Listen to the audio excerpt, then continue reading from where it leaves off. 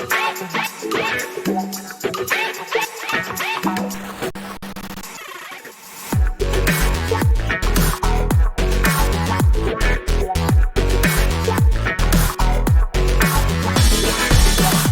बच्चों, कैसे हैं आप लोग।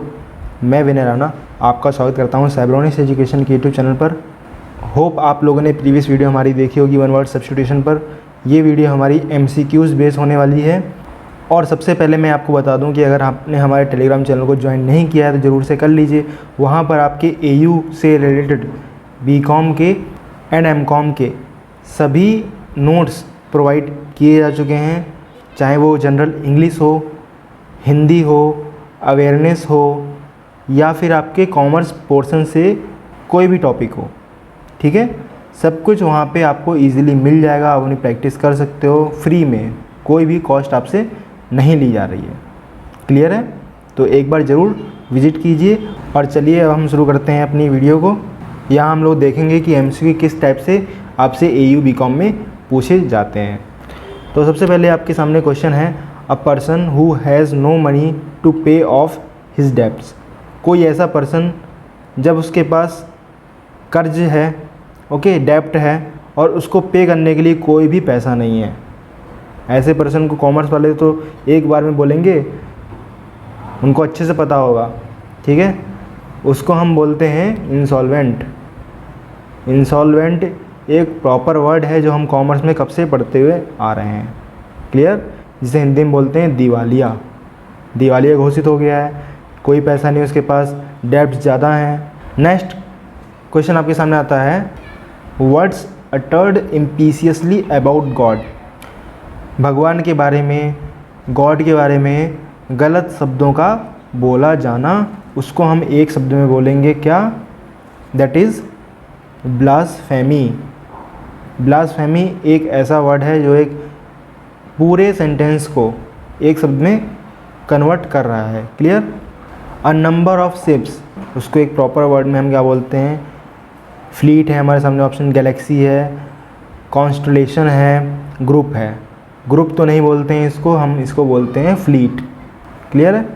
इसे हम बोलेंगे फ्लीट, जहाज़ों का समूह। नेक्स्ट पॉइंट हमारे सामने है, next question, one who compiles a dictionary. जो पर्सन डिक्शनरी को कलेक्ट करे, कंपाइल करे, कलेक्शन करे, यानी कि क्रिएट कर रहा है। ठीक है, दैट पर्सन कौन होगा? जियोग्राफर है ऑप्शन में, लेक्सिकोग्राफर है, लेपिडिस्ट है, लिंग्विस्ट है। तो हमारे सामने यहाँ पर आंसर आ जाएगा लेक्सिकोग्राफर। क्लियर है? नेक्स्ट पॉइंट हमारे सामने है, a test in which cells from diseased organs are removed and tested.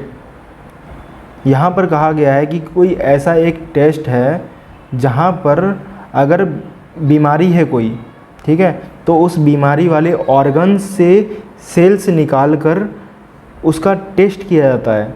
Sales को निकाला गया शरीर के अंदर से और उसका टेस्ट किया गया, तो उसको हम एक वर्ड में प्रॉपर क्या बोलेंगे? That is biopsy. ऐसे टेस्ट को हम बायोप्सी बोलते हैं। क्लियर है? नेक्स्ट पॉइंट हमारे सामने है, a small room in a big house, hotel, ship, ETC।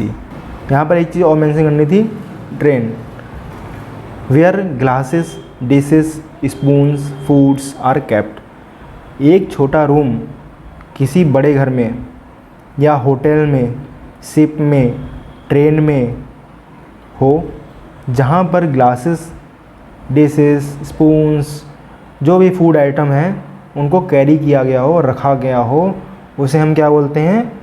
तो उसको हम बोलेंगे पेंट्री। क्वेश्चन नंबर 7 पे चलते हैं, a foreigner who settles in a country. कोई भी कंट्री में जब कोई फॉरेनर सेटल होता है, रहने लगता है, that person can be called immigrant. हम उसे इमिग्रेंट बोलेंगे। क्वेश्चन नंबर 8 है, doing something according to one's own free will. जब कोई पर्सन अपने मर्जी से कोई भी काम करे, that is willingfully, obligingly, voluntarily, compulsorily. No, यहाँ पर हमारा आंसर वॉलेंटरली हो जाएगा। Question number 9, place that provides refuge. Refuge मतलब होता है शरण देना, ठीक है। जब हम किसी को शरण दें, आश्रय दें रहने के लिए, उसको हम क्या बोलेंगे? यहाँ पर यही आपसे कहा गया है। शेल्टर नहीं बोलते हैं, हाउस नहीं बोलते हैं, कंट्री भी नहीं बोलते हैं। किसी अब कोई भी रहना चाहेगा तो कंट्री दे देंगे क्या हम सीधे? नहीं, एक प्रॉपर वर्ड है उसके लिए, असाइलम, ठीक है।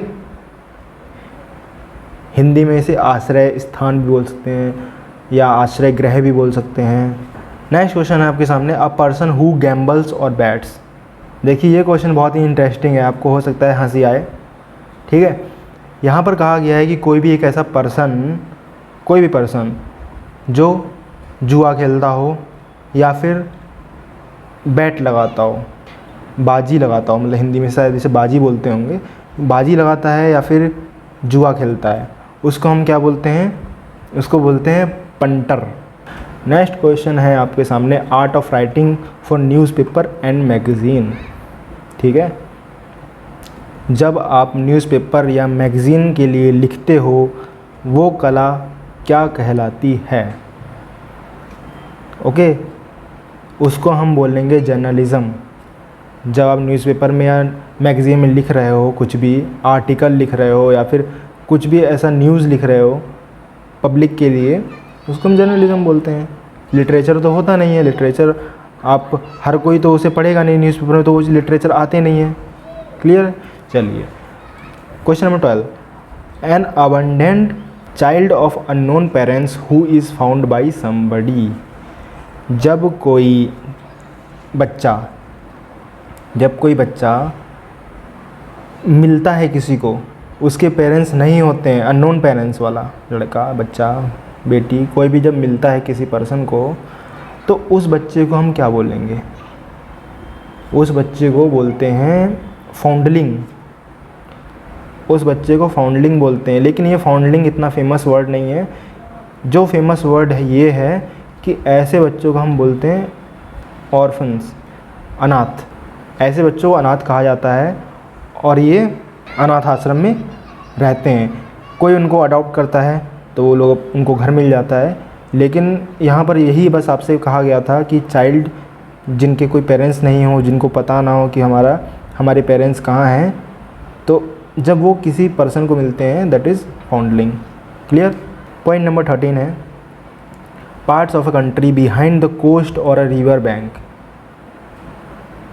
जब भी कंट्री का कोई पार्ट, ठीक है, देश का कोई हिस्सा हमारी नदी या फिर तट के पीछे आ रहा हो, उस हिस्से को हम क्या बोलेंगे? उसको हम बोलेंगे हिंटरलैंड। क्वेश्चन नंबर 14 पे हम चलें, a written statement about someone's character usually provided by an employer. एक रिटन स्टेटमेंट किसी के कैरेक्टर के बारे में जब प्रोवाइड किया जाता है, उसे हम बोलते हैं टेस्टिमोनियल। यहाँ पर किसी पर्सन या कैरेक्टर के बारे में सारी चीज़ें लिखी जाती हैं, स्टेटमेंट उनका प्रॉपर होता है, जहाँ पर उसके बारे में पूरी चीज़ें दी जाती हैं, प्लस उसकी क्वालिटीज़ के बारे में दी जाती हैं। चलिए क्वेश्चन नंबर 15 पे चलते हैं, one who does not make any mistakes. ऐसा पर्सन जो मिस्टेक करता ही नहीं है, जिसे हम बोलते हैं अचूक, जो कभी अपने मकसद से ना चूके या फिर अपना जो भी उसने ऑब्जेक्टिव बना रखा है या फिर जो भी वो काम करने जाता है, वो कभी उसमें असफल नहीं होता, यानी कि उसमें कभी हारता नहीं है। ऐसे पर्सन को हम बोलेंगे इनफेलिबल। नेक्स्ट क्वेश्चन आपके सामने है, question number 16, able to use the left hand and right hand equally well. ठीक है, यहाँ कहा गया है कि जब कोई पर्सन अपने दोनों हाथों का use, left hand and right hand दोनों अच्छी तरीके से, बराबर तरीके से यूज़ करने की हिम्मत रखता हो या फिर उसको वो टैलेंट हो, उस पर्सन को हम क्या बोलेंगे? क्लियर है? उस पर्सन को हम बोलेंगे, ऑप्शन नंबर बी हमारा है एम्बिडेक्स्ट्रस। ठीक है, इसको हम बोलेंगे एम्बिडेक्स्ट्रस। देखिए, मुझे लगता है कि आप सब लोगों ने मूवी देखी होगी 3 इडियट्स। वहाँ पर जो बोमन ईरानी जी ने कैरेक्टर किया है, वहाँ पर प्रिंसिपल का, जिसको वो लोग क्या बोलते थे, वायरस बोलते थे। आपने देखा होगा कि वहाँ पर सीन दिखाया गया है कि वो दोनों हाथों से लिखते हैं क्लियरली, दोनों हाथों से प्रॉपर लिख लेते हैं, लेफ़्ट हैंड से लेफ़्ट साइड लिखते हैं, राइट हैंड से राइट साइड लिखते हैं, उनसे उनका समय बचता है और वो ऐसा करने वाले अकेले होते हैं। तो ऐसे पर्सन को हम क्या बोलेंगे? ऐसे पर्सन को बोलने के लिए शब्द बनाया गया है एम्बिडेक्स्ट्रियस। नेक्स्ट क्वेश्चन आपके सामने आता है, वन हु हेट्स वुमेन। ऐसा पर्सन जो औरतों से नफ़रत करता हो, ऐसे पर्सन को क्या बोलेंगे? ऐसे पर्सन को बोलेंगे मिसोजिनिस्ट। ठीक है, MISOGYNIST, मिसोजिनिस्ट। नेक्स्ट क्वेश्चन आपके सामने आता है, a system of naming things.